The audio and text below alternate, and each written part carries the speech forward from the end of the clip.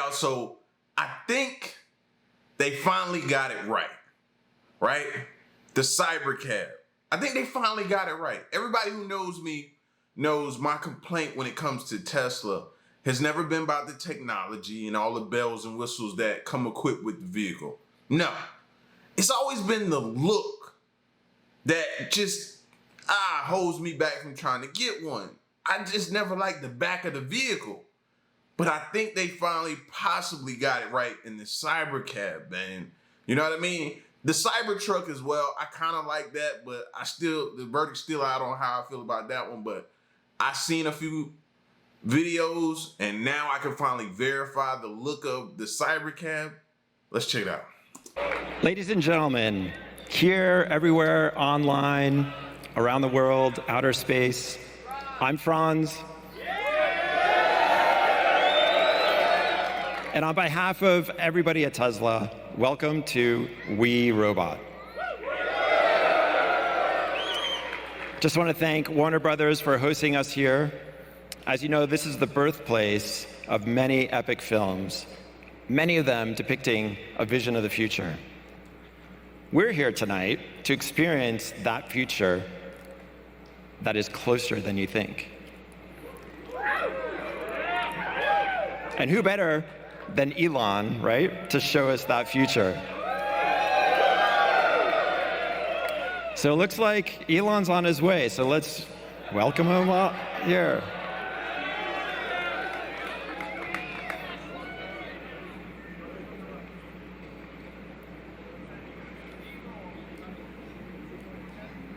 What's up?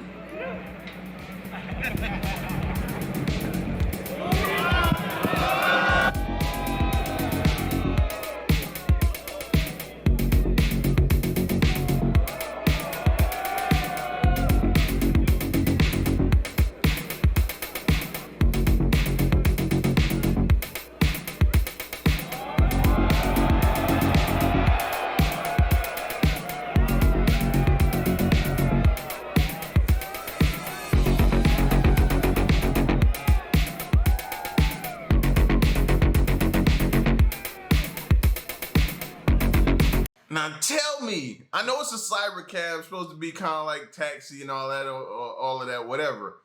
But tell me you don't want to drive one of those jokers right there, bro.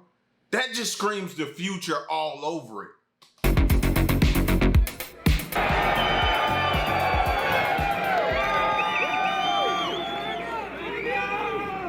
Welcome. Welcome to the We Robot Party. So we have quite a show for you tonight. I think you're gonna like it. As you can see, I just arrived in the robotaxi, the Cybercab, and there's 20 more where that came from.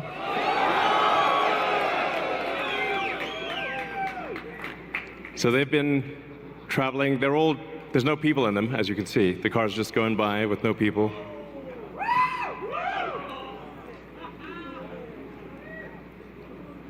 And we have 50 fully autonomous cars here tonight. So you'll see Model Ys and the Cybercab, all driverless. You'll be able to take a ride in the Cybercab. There's no steering wheel or pedals. So I hope this goes well. We'll find out.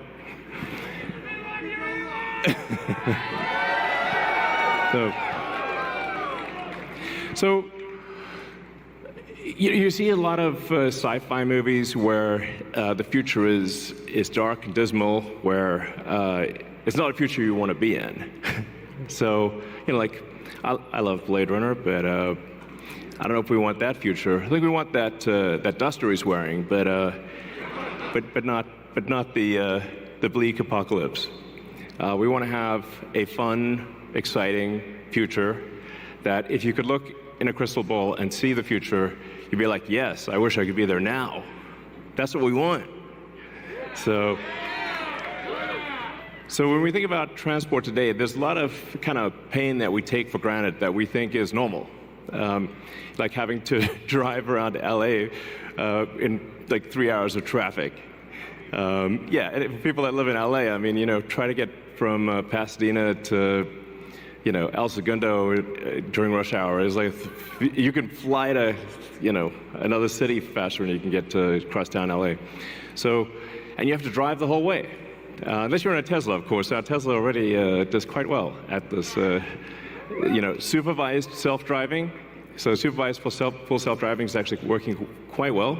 I'm sure there's people in the crowd, you're using that, yeah? So we'll move from supervised full self-driving to unsupervised full self-driving, where the car, you could fall asleep and wake up at your destination. So,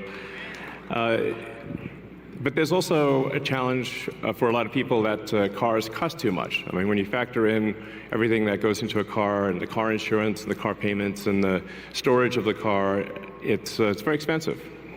So, and you say like, how many hours a week are cars used? Your average passenger car is only used about 10 hours a week out of 168 hours. So the vast majority of the time, cars are just doing nothing. But if they're autonomous, they could be used, 5 times more, maybe 10 times more. So you could actually, for the same car, would have 5 times as much value, maybe 10 times as much value. There's 168 hours in the week, and like I said, only 10 of them are used for driving. So, and then a bunch of those hours are looking for a parking spot, which is, can be pretty annoying at times. So we want, with autonomy, you get your time back. This is a very big deal. So it's not just it'll save lives, like a lot of lives, and prevent injuries. I think we'll see autonomous cars become 10 times safer than a human. I mean, if you think of times past where there used to be an elevator operator in every elevator, but once in a while they get tired and they accidentally shear somebody in half. So now we have automated elevators. You just get in an elevator and you press a button, and you don't even think about it, and it just takes you to the floor. And if you did see an elevator operator with a big relay switch, you'd be like, "That's weird." Now that's how cars will be. And it's not just the lives saved in injuries, but if you think about the cumulative time that people spend in a car, and the time that they will get back, that they can now spend, well, I guess, on their phones, or watching a movie, or doing work, or whatever you want to do. You can think of the car in the autonomous world as being like just a little lounge. You're just sitting in a comfortable little lounge, and you can do whatever you want while you're in this comfortable little lounge. And when you get out, you will be at your destination. So, yeah, it's gonna be awesome. So. I thought he was about to say something extra like crazy, like maybe when you're home, since you're not using the car and it does a lot of sitting, you can like put in a code and now turn this car into a business, and it go out and you have ultimately your own taxi service. It goes out, pick people up, take them to their destination while you're not using the vehicle, and then comes back once it's done, and you've made money. I thought he was gonna say something like that. At that point, I was gonna lose it. So, in fact, I think the cost of autonomous transport will be so low that you can think of it like individualized mass transit. The average cost of a bus per mile for a city, not the ticket price because that is subsidized, but the average price is about $1 a mile. Whereas the cost of Cybercab, we think probably over time, from the operating cost is probably going to be around 20 cents a mile. And price, including taxes and everything else, probably ends up being 30 or 40 cents a mile. So yes, and you will be able to buy one.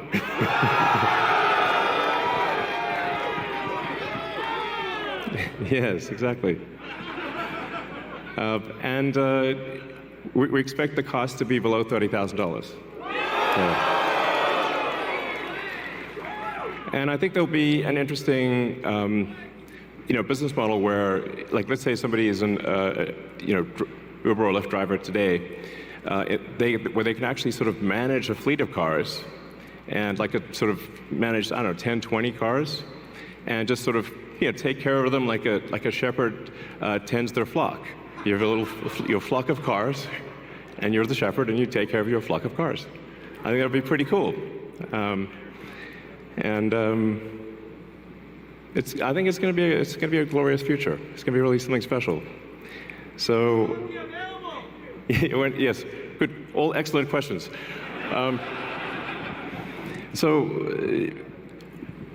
We do expect actually to start fully autonomous, unsupervised FSD in Texas and California next year.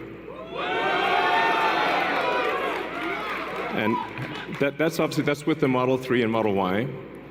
And then we expect to be in production with the Cybercab, which is really highly optimized for autonomous transport in probably, well, I tend to be a little optimistic with timeframes, but in 2026. So, yeah, before 2027. Let me put it that way. We'll make this vehicle in very high volume, but well before that, you will experience a robotic taxi via the Model 3 and Model Y program, and Model S and X too. But your 3 and Y will achieve unsupervised full self-driving with permission in wherever regulators essentially approve it in the U.S. and then to follow in outside the U.S. So, and the Cybertruck too. Yes, of course. Sorry, I don't want to forget. Yes. All our cars are basically all cars that we make. So let's not get nuanced here. All right, next slide. So one of the reasons why the computer can be so much better than a person is that we have millions of cars that are training on driving. So it's like living millions of lives simultaneously and seeing very unusual situations that a person in their entire lifetime would not see. But hopefully, yeah, exactly.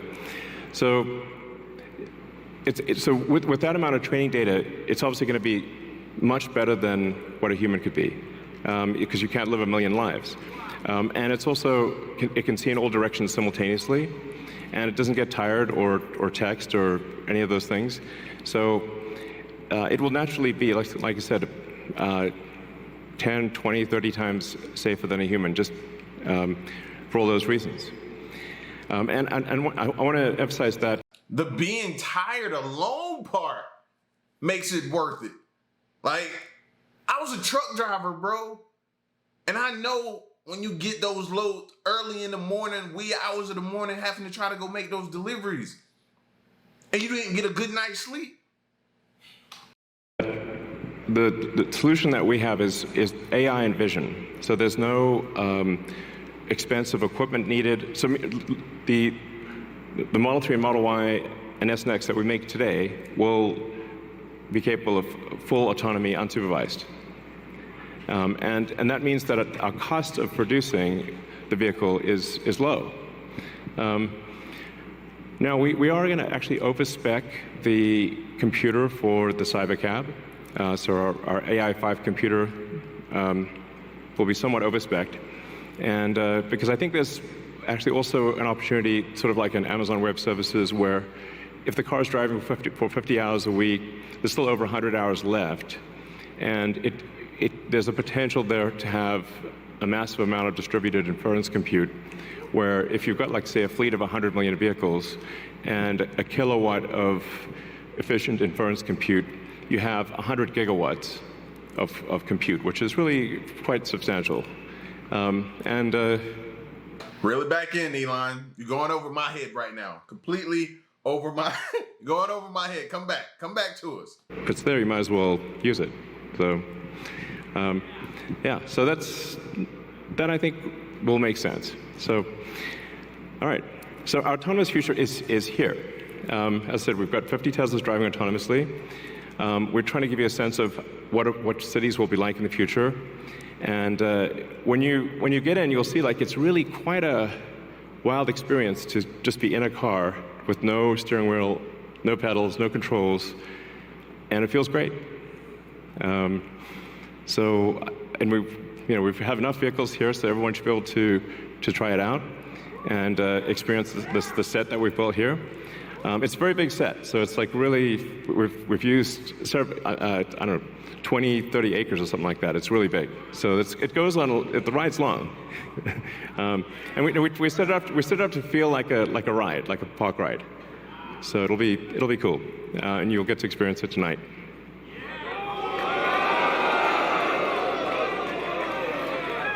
Something we're also doing is, and it's really high time we did this, is inductive charging. So the robotaxi has no plug. It just goes over the inductive charger and charges. So yeah, it's kind of how it should be. Is this Joker self-cleaning itself? Oh, talk to me. Talk to me, baby. Yeah, it's self-cleaning. Thanks, guys. I love you too. So one of the things that is really interesting is how will this affect the cities that we live in? And when you drive around a city, or when the car drives you around a city, you'll see there's a lot of parking lots. There's parking lots everywhere, parking garages. So what would happen if you have an autonomous world is that you can now turn parking lots into parks. And so we're taking the ing lot out of parking lot. Welcome. So there's a lot of opportunity to create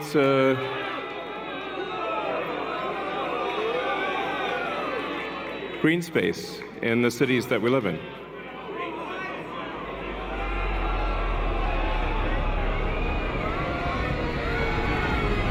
So that would be quite fantastic. Oh, and also, what happens if you need a vehicle that is bigger than a Model Y?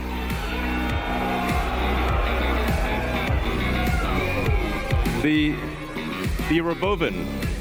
The Robovan is we're going to make this, and it's going to look like that. Now, can you imagine going down the streets and you see this coming towards you?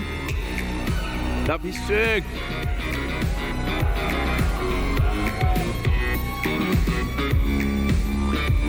So this can carry up to 20 people, and it can also transport goods. So you can configure it for goods transport within a city, or transport of up to 20 people at a time. So this is gonna, the Robovan is what's gonna solve for high density. So if you want to take a sports team somewhere, or you're looking to really get the cost of travel down to, I don't know, 5-10 cents a mile, then you can use the Robovan.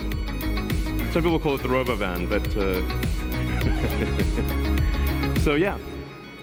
One of the things that we want to do, and we've seen this with the Cybertruck, is we want to change the look of the roads.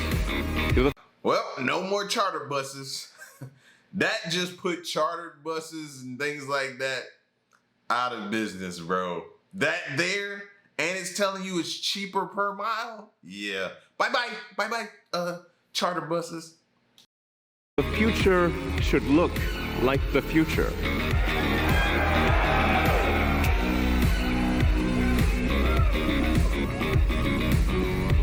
So,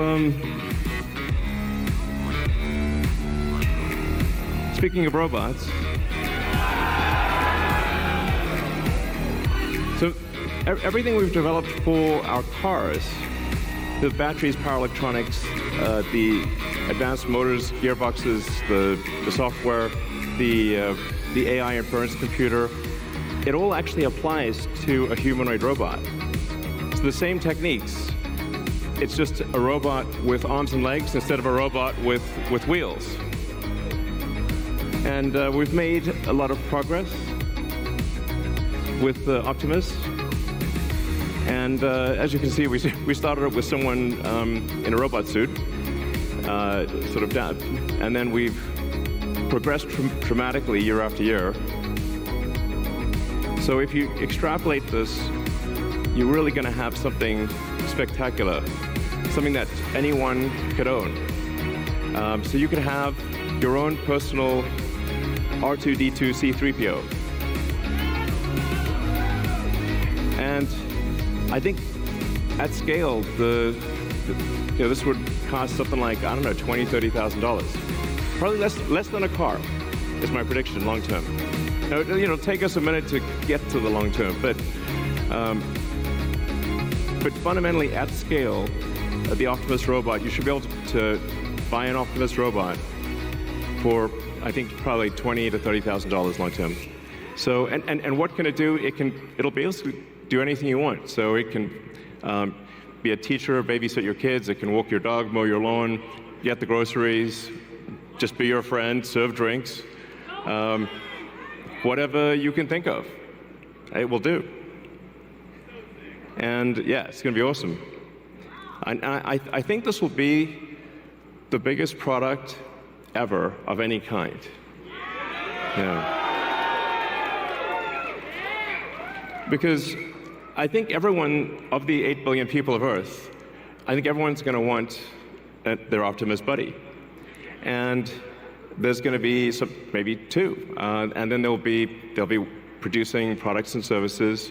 I predict, actually, provided we address risks of digital superintelligence, 80% probability of good, a good outcome. Look on the bright side. The cup is 80% full. The cost of products and services will decline dramatically, and basically anyone will be able to have any products and services they want. It will be an age of abundance, the likes of which people have almost no one has envisioned. It'll be something special. So, now one of the things we wanted to show tonight was that Optimus is not a canned video. It's not walled off. The Optimus robots will walk among you. Please be nice to the Optimus robots. So you'll be able to walk right up to them, and they'll serve drinks at the bar. And you'll directly, I mean, that's just, it's a wild experience just to have humanoid robots, and they're there, you're just in front of you. So, yeah, with that, let's party.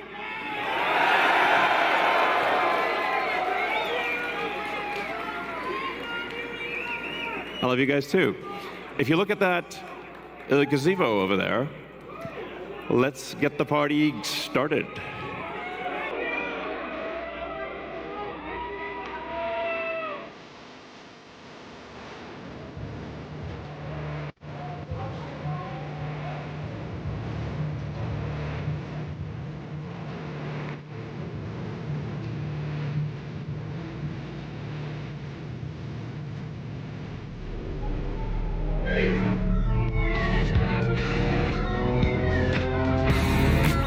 Bro, it's like we're here. The future is here. It's now. We're in it. Everything we thought. And of course, that's going to come with good. It's going to come with bad. It's going to be all mixed up. We got to navigate our way through it. Point blank, period. So go ahead and make your mind up that we're here and we got to figure it out, get through it, go through it, get over it, overcome it, whatever's thrown at us. But bro, we are here. Are you seeing this? 2 eyes, your 2 eyes. Look at that.